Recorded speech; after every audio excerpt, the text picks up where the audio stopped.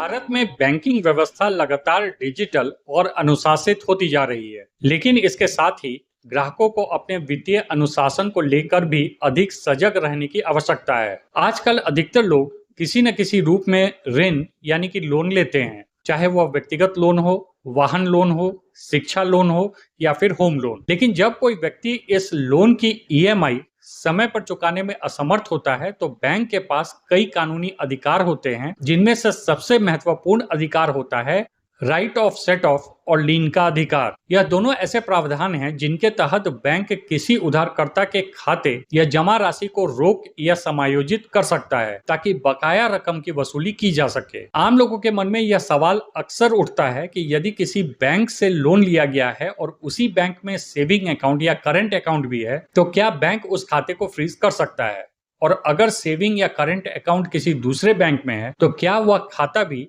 Freeze हो सकता है। इन सवालों के जवाब जानना जरूरी है क्योंकि यह सीधे तौर पर बैंकिंग अनुबंध और ग्राहक के अधिकारों से जुड़ा मामला है।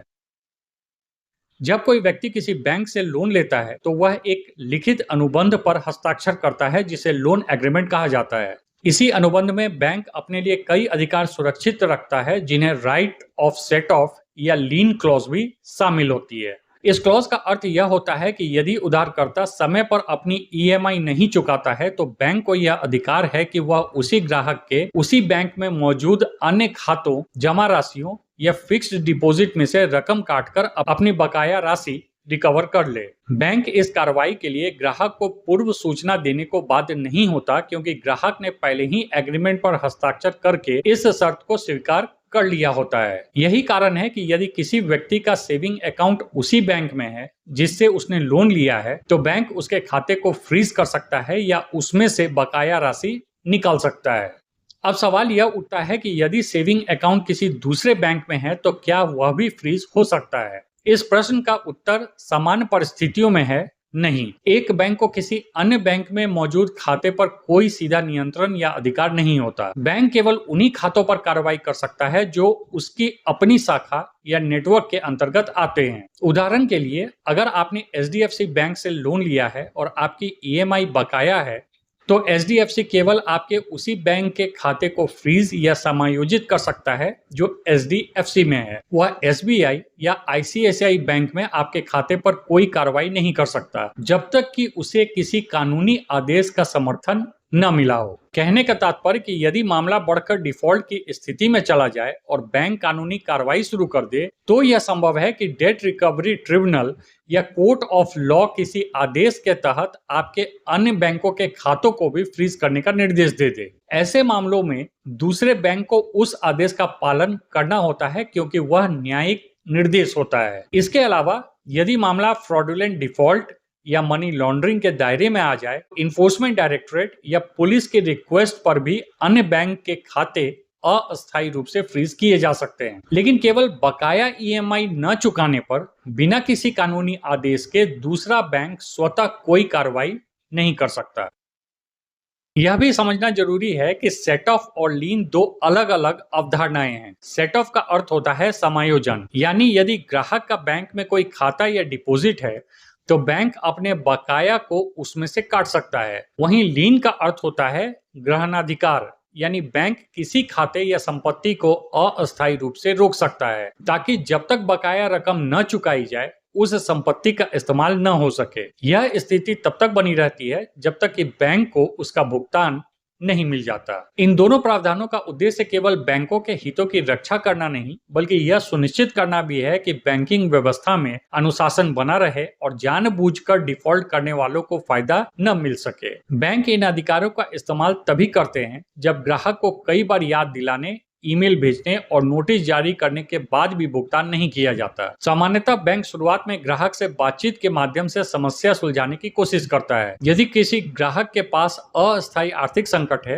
तो बैंक उसे मोरेटोरियम पीरियड या लोन रीस्ट्रक्चरिंग का विकल्प भी दे सकता है। लेकिन जब बैंक को यह स्पष्ट हो जाता है कि उधारकर्ता भुगतान करने के मूड में ही नहीं है तब वह अपने कानूनी अधिकारों का प्रयोग करता है। ऐसे में ग्राहक के उसी बैंक के सेविंग अकाउंट, फिक्स डिपॉजिट या करंट अकाउंट को फ्रीज किया जा सकता है और उसमें से रकम निकालकर लोन की देनदारी पूरी की जा सकती है।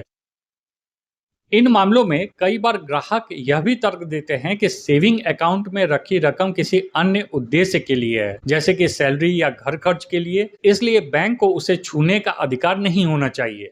लेकिन कानूनी रूप से यदि लोन एग्रीमेंट में यह शर्त लिखी है कि बैंक को जनरल लीन या सेट ऑफ का अधिकार है, तो बैंक ऐसा कर सकता है। यह अधिकार उसे इंडियन कॉन्ट्रैक्ट एक्ट 1872 की धारा 171 और 173 से भी प्राप्त हुई है।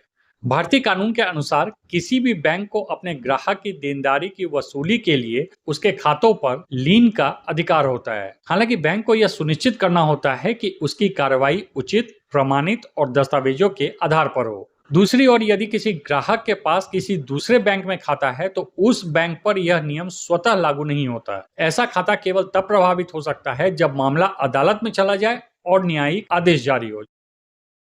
आज के समय में जब डिजिटल बैंकिंग और लोन की प्रक्रिया पूरी तरह स्वचालित हो गई है, तब यह क्लॉज और अधिक महत्वपूर्ण हो गया है। कई बार ग्राहक को यह जानकारी भी नहीं होती कि उसने जिस एग्रीमेंट पर हस्ताक्षर किए हैं उसमें यह शर्त पहले से लिखी हुई है। इसलिए किसी भी प्रकार के लोन लेने से पहले ग्राहक को यह ध्यानपूर्वक पढ़ना चाहिए कि उसके खाते, जमा राशि या संपत्ति पर बैंक का कितना अधिकार रहेगा। अब यहाँ एक समस्या यह भी है कि अगर लोन लेने वाला व्यक्ति इस पर आपत्ति जताए और कहे कि यह क्लॉज हटाया जाए, तो बैंक इस बात को अपनी जोखिम नीति यानी कि रिस्क पॉलिसी के अनुसार देखेगा। ज्यादातर मामलों में बैंक यह कहकर इनकार कर देते हैं कि यह क्लॉज उनके सभी लोन समझौतों में अनिवार्य यानी कि मैंडेटरी है। ऐसा इसलिए क्योंकि यह क्लॉज बैंक को कानूनी सुरक्षा देता है कि अगर भविष्य में उधारकर्ता डिफॉल्टर हो जाए तो बैंक अपने नुकसान की भरपाई कर सके। हालांकि कुछ विशेष परिस्थितियों में, जैसे कि अगर उधारकर्ता बहुत मजबूत वित्तीय स्थिति वाला हो, किसी सरकारी संस्था या कॉरपोरेट सेक्टर से जुड़ा हो, या उसके पास बैंक के साथ